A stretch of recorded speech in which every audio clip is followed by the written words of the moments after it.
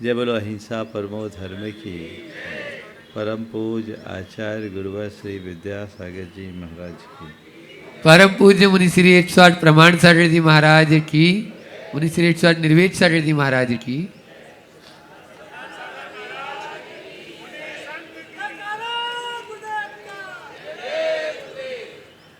आप सब बड़े भाग्यशाली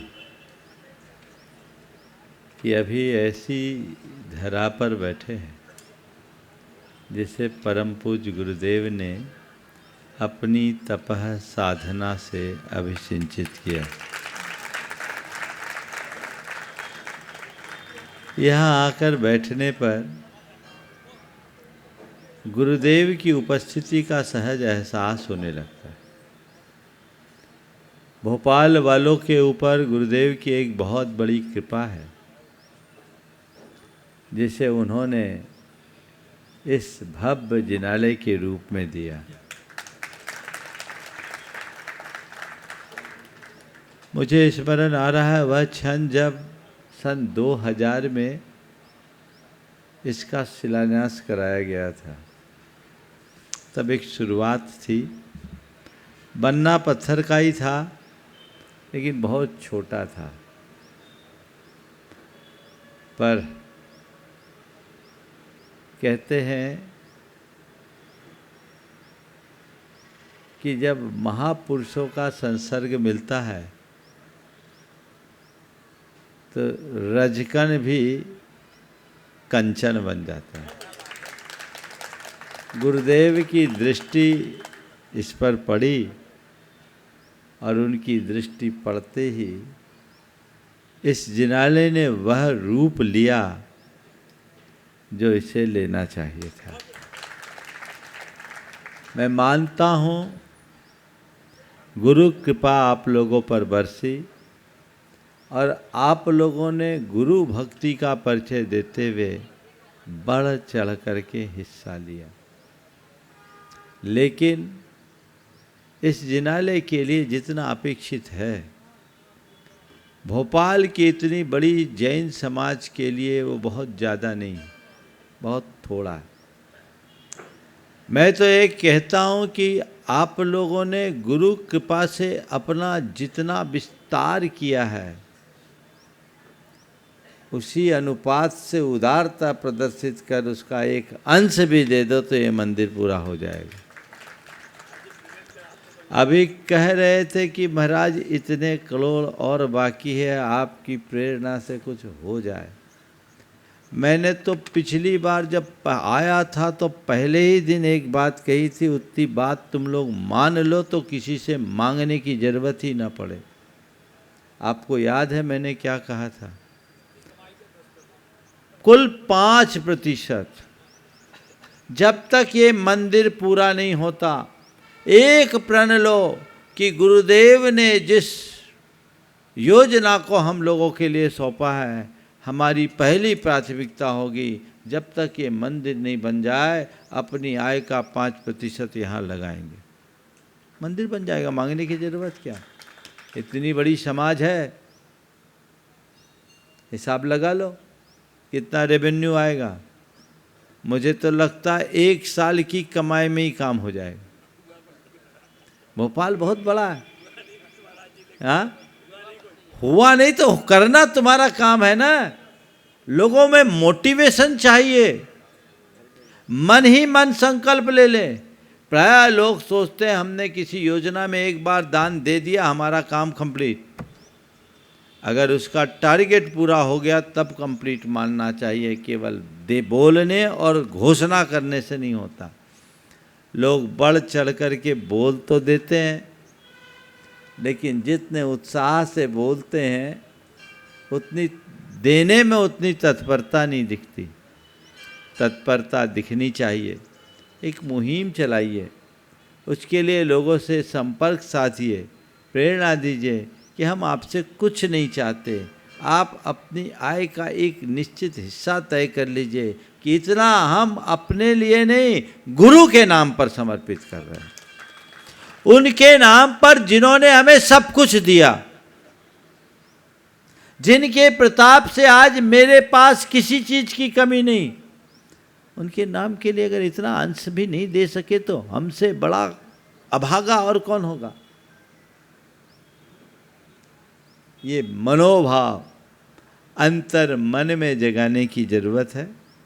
हालांकि मैं कमेटी से कहता हूँ, आप लोगों को चिंता करने की ज़रूरत नहीं है।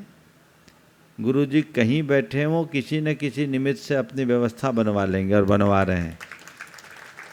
आप लोग तो काम करिए, काम कहीं रुकने वाला नहीं है, हमें भी भरोसा है, और रुकेगा भी नहीं। इसलिए रोना नहीं है, उत्साह के साथ काम करना। मैं तो चाहता हूं कि आप लोगों की ये स्थिति बने कि किसी साधु के आने पर आपको उनसे ये ना कहना पड़े कि महाराज जी पैसे की व्यवस्था कराओ। आप साधु से केवल एक निवेदन करें कि गुरुदेव ऐसा आशीर्वाद दे कि हमारा काम जल्दी पूरा हो और हम शीघ्रातिशीघ्र भव्याति भव्य तरीके से इसकी प्रतिष्ठा करा। भाव ये होना चाहिए। साधु क्या करेंगे? साधु तो आशीर्वाद देंगे, वो पैसे कहाँ से दिलाएंगे? तुम्ही से दिलवाएंगे। वो तो पीछे हिलाएंगे और क्या कर सकते हैं, इसके अलावा तो कुछ नहीं है। जो थोड़े बहुत धूल के कण झड़ जाए सो झड़ जाए, उससे जो उपकृत होना चाहे सो हो जाए। दृष्टिकोण यही होना चाहिए। भावनाएं आप सबकी बहुत अच्छी है, लेकिन योगदान कितना है ये देखना चाहिए। मंदिर तो बन रहा है, बन जाएगा। लगभग सभी ने कुछ न कुछ लगाया है, लेकिन एक ही भाव होना चाहिए, मेरा क्या लगा। मंदिर बनने के बाद कुछ ऐसा कर जाइए कि आने वाली पीढ़ियों में जब तुम्हारा पोता पर पोता आए तो कहे कि मेरे बब्बा और पर बब्बा ने इस मंदिर के निर्माण में ये योगदान दिया था, हमें इसका गर्व है। ये प्रयास होना चाहिए ना, तब कहीं जाकर कोई सार्थक उपलब्धि हो सकती है। प्रयास आप सब कीजिए, भावनाएं आप सब बनाइए, बस देते जाइए, देते जाइए, देते जाइए। लक्ष्य बना लीजिए, अपनी प्राथमिकता सुनिश्चित कर लीजिए, तो चीज़ें फिर कहीं रुकने वाली नहीं है। समिति को भी लोगों से संपर्क साध के लोगों का उत्साह वर्धन करना चाहिए, और लोगों को भी समय समय पर निर्माण कार्य को देखते हुए कमेटी के सहयोग में अपना हाथ आगे बढ़ाना चाहिए। तभी कहीं जाकर ये कार्य संपन्न हो सकता है। पत्थर का निर्माण समय साध्य होता है और भरपूर व्यय मांगता है, तो उसके लिए सबको वैसी उदारता दिखाने का प्रयत्न करते रहना चाहिए। ऐसी उदारता अगर अंतर मन में बनेगी, सुनिश्चित इसका लाभ होगा। हमारा भोपाल प्रवास हुआ, आने का योग तो नहीं था क्योंकि ये बहुत अल्पकालिक प्रवास था, लेकिन मैं मानता हूँ कि आप लोगों का पुण्य कुछ उछाल मार गया कि उस प्रवास में भी थोड़ा सा ही सही एक्सटेंशन मिल गया। मैं तो आगे सीधे जाना चाह रहा था, लेकिन फिर सब ने कहा महाराज कम से कम हबीबगंज तो कर ही लो। इस समय कोई तुम लोग थे भी नहीं मेरे पास, अनुभव बैठा था। अनुभव ने कहा महाराज थोड़ा सा एक दिन ही सही घूम लो, एक टाइम ही सही। हाँ, वो तो मिले ही थे, कल की बात कह रहा हूँ मैं। मिले नहीं ऐसी बात नहीं, सब मिले, रोज ही आ रहे, ऐसी बात नहीं। कल जब मैं मूड बना रहा था तो निमित्त बन गया। हमने कहा चलो भाई थोड़ा सा गाड़ी घुमा करके चलते हैं। अभी यहाँ आज आप लोगों को लाभ मिला है, अभी मध्याह्न में हम मंदिर का अवलोकन करेंगे। अभी 3 दिन का नाम मत लो, मंजिल दूर है, पथ दुर्गम है। अभी तो हमें मालूम है हम लोगों की पूरी गर्मी परेड होनी है। तुम्हें क्या कहना, 1 दिन 2 दिन 3 दिन, अब 1 दिन 2 दिन की क्यों बोलते हो, सीधे 4 महीने की बात करो। हाँ, भोपाल वाले को अगर मांगना ही है तो कहो महाराज ठीक है, अभी आप अगर इधर उधर जा रहे हो तो घूम के आ जाओ महाराज, हमें तो हाँ, सीधी बात करो, कच्ची बात करके क्या करोगे? वही तो बोल रहा, उसी पे डटो। ठीक है ना? तो उसको देखेंगे। आज का यहाँ प्रवास है, शंका समाधान क्या करें? आज का शंका समाधान यहीं पर कर लेते हैं, और उसके बाद जो कार्यक्रम होगा शाम को आपको बता दिया जाएगा। हाँ, शाम को बता देंगे कैसा कार्यक्रम होगा, और उसी अनुरूप आगे की व्यवस्थाएं सब सुनिश्चित होगी। आप शाम के शंका समाधान की सभी को सूचना दे दें, हम ढंग से अवलोकन भी कर लेंगे और कुछ आवश्यक कार्य है उसे भी संपन्न करेंगे। इसलिए यहीं पर विराम। बोलिए। समय है तो अब इतने में पूरा नहीं हुआ, मूड भी तो होना चाहिए। 1 घंटे का नियम है, मतलब की बात पूरी हो गई, बात खत्म। हाँ,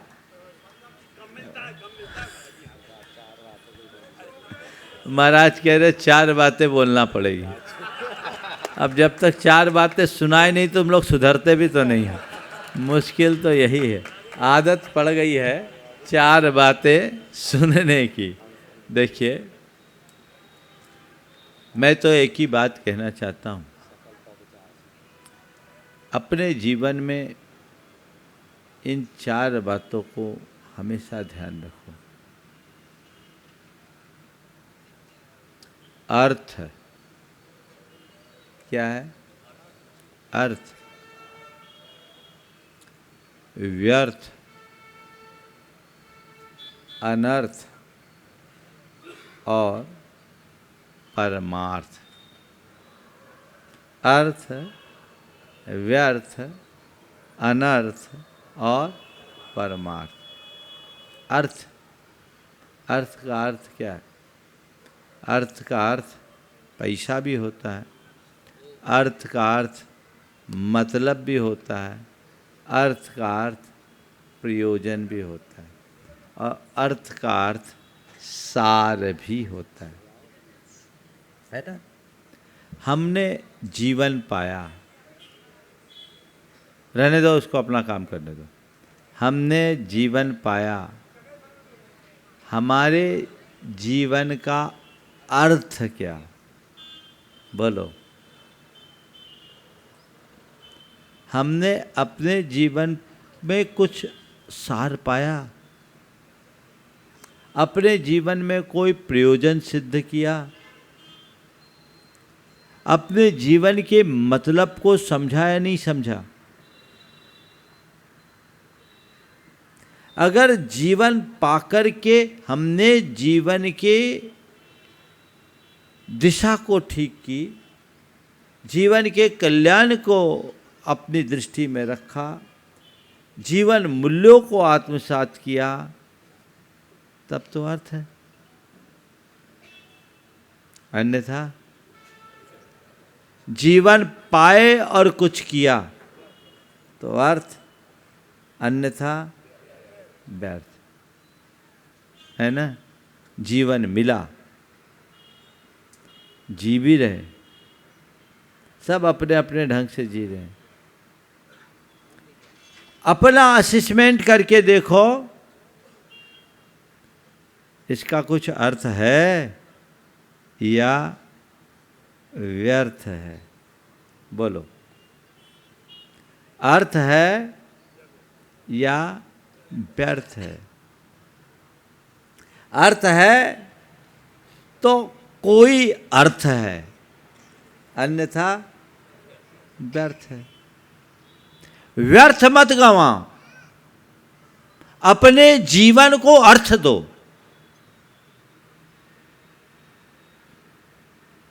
और मैं कहता हूं, अगर तुम्हारे अंदर दृष्टि हो तो तुम व्यर्थ को भी अर्थ दे सकोगे, और जो दे सके व्यर्थ को अर्थ, वही सिद्ध, वही समर्थ। हमारी सांसें पल पल व्यर्थ हो रही है, बोलो, आ रही है, जा रही है, क्या हो रही है? व्यर्थ हो रही है ना। इस व्यर्थ को अर्थ देने की कला अपनाइए। बोलो, व्यर्थ होती हुई सांसों को अर्थ कैसे मिलेगा? जब हम अपनी हर सांस को परमार्थ से जोड़ लेंगे। समझ में आ गई बात? परमार्थ से अगर हमारी सांसें जुड़ती है तो व्यर्थ होने वाली सांसें भी अर्थ पाती है, और जब व्यर्थ होने वाली सांसें अर्थ होती है, अर्थ पाती है, तो वही हमें सिद्ध और समर्थ बनाती है। समझ रहे? क्षण क्षण जीवन छीन हो रहा है, पल पल जीवन रीत रहा है। इससे पहले कि हमारा जीवन बीते रीते, हमें उसका रस निचोड़ना चाहिए। दृष्टि को परमार्थोन्मुखी बनाइए, व्यर्थ होने से बचिए, और अनर्थ को तो कभी होने ही मत दीजिए। अनर्थ यानी कुकर्म में रत होना। मनुष्य जीवन पाकर यदि हमने सत्कर्म नहीं किया तो जीवन व्यर्थ है, और दुष्कर्म में रच गए तो अनर्थ है। ये तय है, सत्कर्म करोगे तो बचोगे, और सत्कर्म से दूर रहोगे तो दुष्कर्म जरूर होगा। अपनी दृष्टि को बदलने की आवश्यकता है। मोड़िए, ये सुनिश्चित कीजिए कि मेरे जीवन की दिशा क्या है। थोड़ी देर के लिए सोचिए कि यदि अभी अचानक मेरी मृत्यु होती है तो मेरी स्थिति क्या बनेगी? बोलो, मौत तो हो सकती है ना, ठिकाना तो नहीं है ना। हाँ, सडनली हो रही, बिजली की तरह है, एक बार में स्विच ऑफ, लाइट गोल। कब किसकी बत्ती गुल हो जाए कोई जानता है क्या?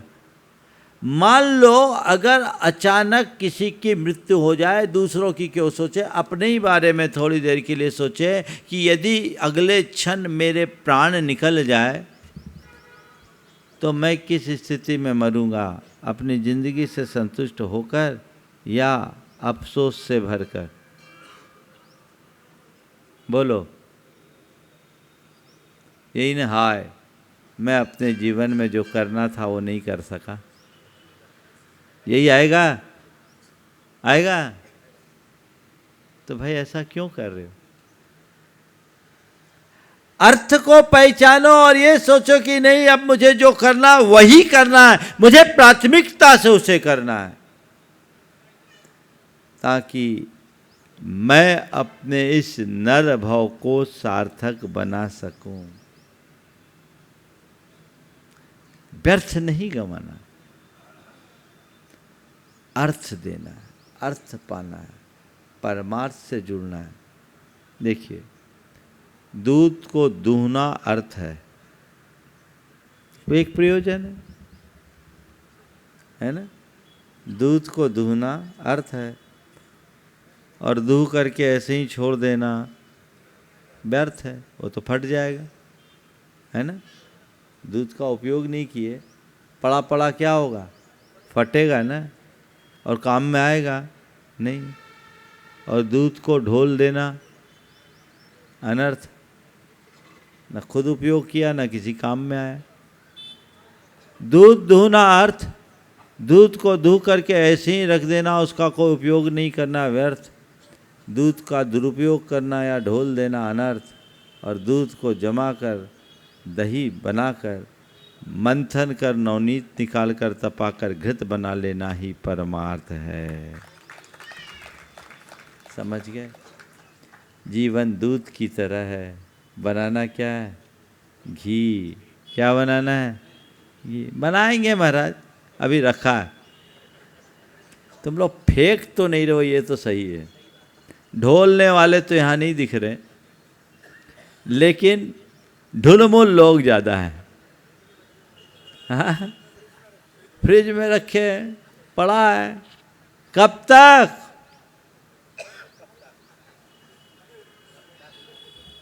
कब? हाँ, लाइट गई तो काम खत्म।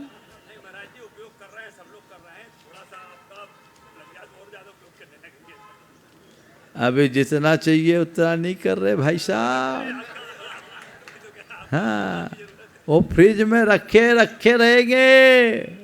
और हमने एक वीडियो देखा, आप सब सुनकर ताज्जुब करेंगे। फ्रिज में लॉक तो रहता नहीं, एक के फ्रिज में दूध रखा था, बिल्ली फ्रिज का दरवाजा खोल करके पी गई।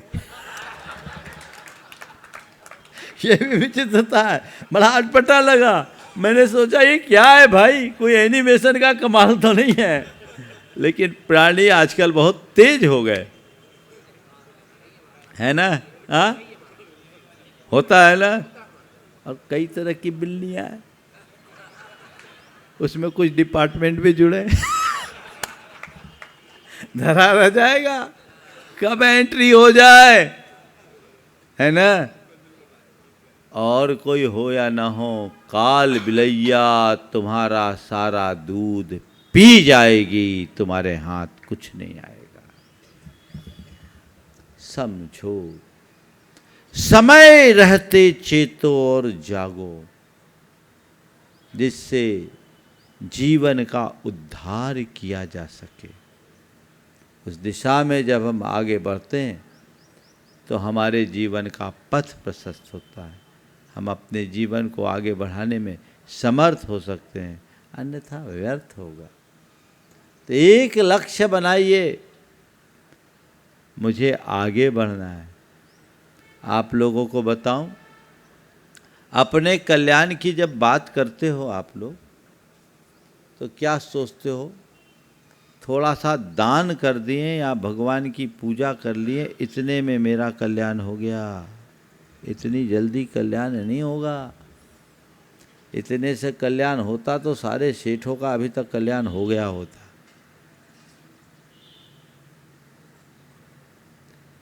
इस मुगालते में मत रहना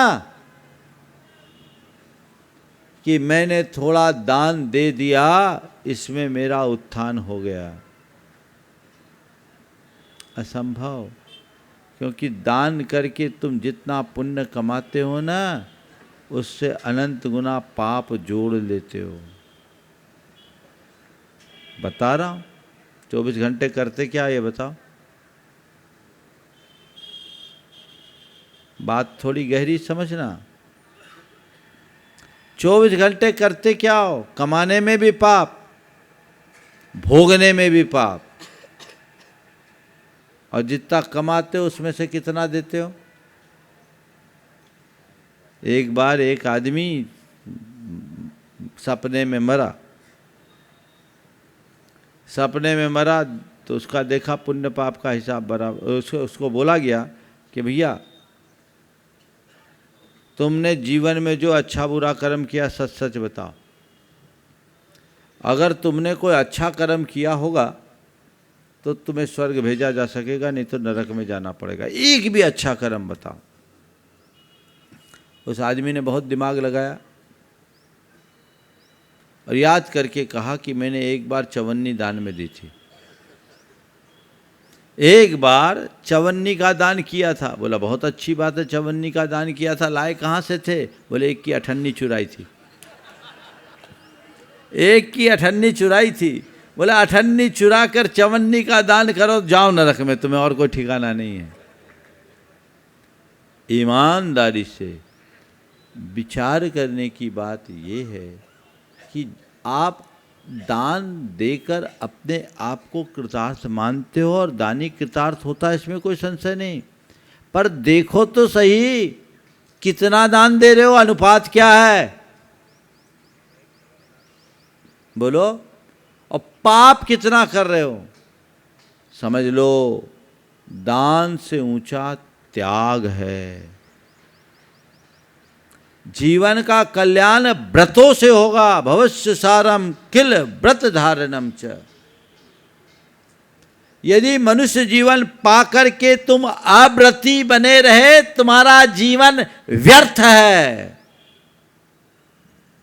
मुगालते में मत रहना। ये जो तुमने आज पाया है ना, अनंतों बार पा चुके हो। चक्रवर्तियों जैसा वैभव भी इस जीव ने अनंतों बार पा करके खोया है। बिना व्रती बने जीवन का कल्याण नहीं है। ये बात गांठ में बांधो। अभी तो केवल ऊपर ऊपर में संतुष्ट हो, नहीं, इससे कुछ होने वाला नहीं है। इससे तो तुम्हारे पाप का ब्याज भी नहीं चुकेगा। समझ गए? दान से पाप का ब्याज चुकता है और त्याग से मूल। क्या करना है? मूल चुकाना है, केवल ब्याज। हाँ, अगर इस चक्र से मुक्त होना है तो मूल सहित चुकाओ। वो त्याग में संभव है। दान अंश का तो करते हो आप, सर्वस्व का होता। त्याग सर्वस्व का होता है। इसलिए अंश में संस्कार जगाओ और सर्वस्व का भाव बनाओ। चामुंड राय ने पहले दान किया और अंत में बोलो क्या किया? त्याग किए। महामुनि बनकर संलेखना पूर्वक शरीर छोड़ा। ये आदर्श है।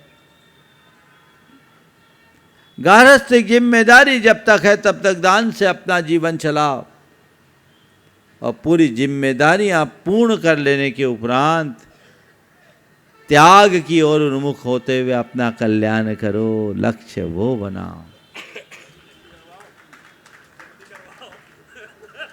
जल्दी जल्दी दान करो, जल्दी हो जाएगा तुम्हारा। और एक दो चार त्याग कर दे, अपना सर्वस्व लगा दे तो काम हो जाए। अभी हम कॉलोनियों में घूम के आ रहे, लोग बोलते हैं महाराज 5-5 हजार फुट के मकान हैं और रहने वाले केवल 2 बूढ़े दंपति। कईयों के घर में तो रोटी की भी व्यवस्था नहीं। आज ही सुधीर बोल रहा था, काय चिपके हो? पर देखो मोहियों को, उनके बेटे कभी पूछने वाले भी नहीं, दूर देश में रह रहे हैं। मरने के बाद संपत्ति में ऐसे पले कि उन्हीं को देंगे, अपने साथ ले जाने की बात नहीं सोचेंगे। उन्हीं को देने वाले, अपने साथ ले जाने की भावना नहीं। लगा दो, अमर बन जाओगे। कर दो समर्पित और खुद लग जाओ। केवल लगाओ मत, लगाकर लग जाने का लक्ष्य रखो। आज भी आप लोगों से मैं बोलता हूं, ऐसे बहुत सारे सीनियर सिटीजन हैं जिनके बच्चे वेल सेटल्ड हैं और जो खुद भी शरीर से स्वस्थ हैं, किसी प्रकार की परेशानी नहीं। वे यदि त्याग संयम के मार्ग में लग जाए और अपनी संपत्ति का ऐसे कार्यों में विनियोजन कर दे तो हबीबगंज का 1 नहीं 10 मंदिर बन सकता है। लो, बन सकता है कि नहीं? पर तुम्हारा मोह छूटे तब तो। अभी तो तुम्हारी दुनिया ही अलग है। बोलो, अब किसके लिए पल्लेदारी कर रहे हो? जरूरत क्या है? वही लगे रहो। साहब क्या बनोगे? गुरुदेव ने एक बहुत हाइकू लिखा, कुंडली मार कंकर पत्थर पे क्या मान बैठे। और बताओ कुंडली कौन मारता है? बोलो, कुंडली किसकी होती है? वही बनोगे और क्या होगा? महाराज ऐसा श्राप तो मत दो। मैं श्राप नहीं देता, पर जो धन में ज़्यादा आसक्त होता है वो तिर्यंच गति का पात्र बनता है, ऐसा भगवान ने कहा है। मोही मत बनो। खूब दान पुण्य कर रहे हो, धर्म भी कर रहे हो, सम्यक दर्शन है नहीं और आसक्ति प्रगाढ़ है, तो मर करके तिर्यंच बनोगे। ये दान पुण्य का पुण्य तुम्हें वहां फलेगा। तिर्यंच बनोगे कुत्ता, किसके घर का? किसी सेठिया के घर का, जहां तुम्हारी कुत्ते के रूप में सेवा होगी, मैम के साथ सोने का मौका मिलेगा। ये हो रहा है ना आज।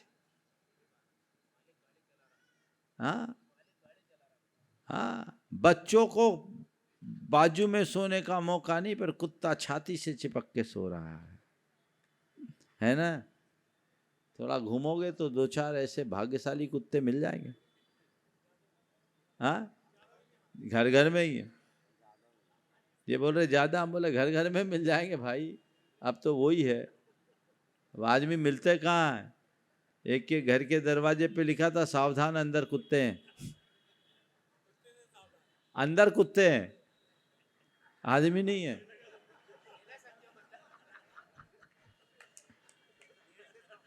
थोड़ा देर में समझ में आती, समझ में आ गई ना बात।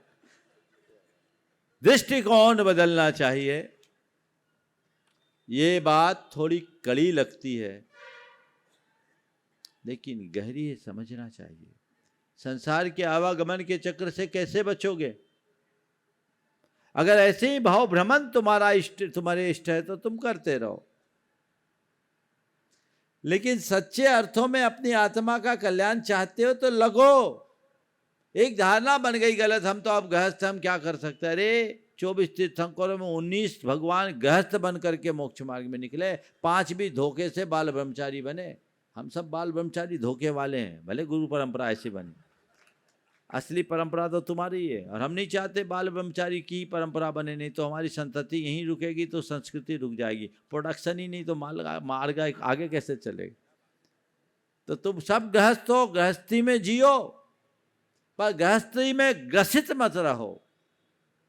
गृहस्थी के बाद आगे की बात सोचो, जिससे जीवन का पथ प्रशस्त हो सके, मार्ग अनुकूल बन सके। ऐसा प्रयत्न और प्रयास सभी को करना चाहिए। तो अर्थ, व्यर्थ, अनर्थ और परमार्थ, हमारी दृष्टि अर्थ से परमार्थ की ओर, बल्कि परमार्थ की तरफ दृष्टि केंद्रित हो जाए तो अर्थ होगा, अनर्थ कभी नहीं होगा और फिर व्यर्थ भी नहीं जाएगा। तो आज संकल्प ले, मैं अपनी बुद्धि को परमार्थ में नियोजित करूँगा और जीवन को सही अर्थ दे सकूँगा। यहीं पर विराम। बोलिए परम पूज्य आचार्य गुरुवर श्री विद्यासागर जी महाराज। परम पूज्य मुनि श्री प्रमाण सागर जी महामुनिराज की, मुनि संघ की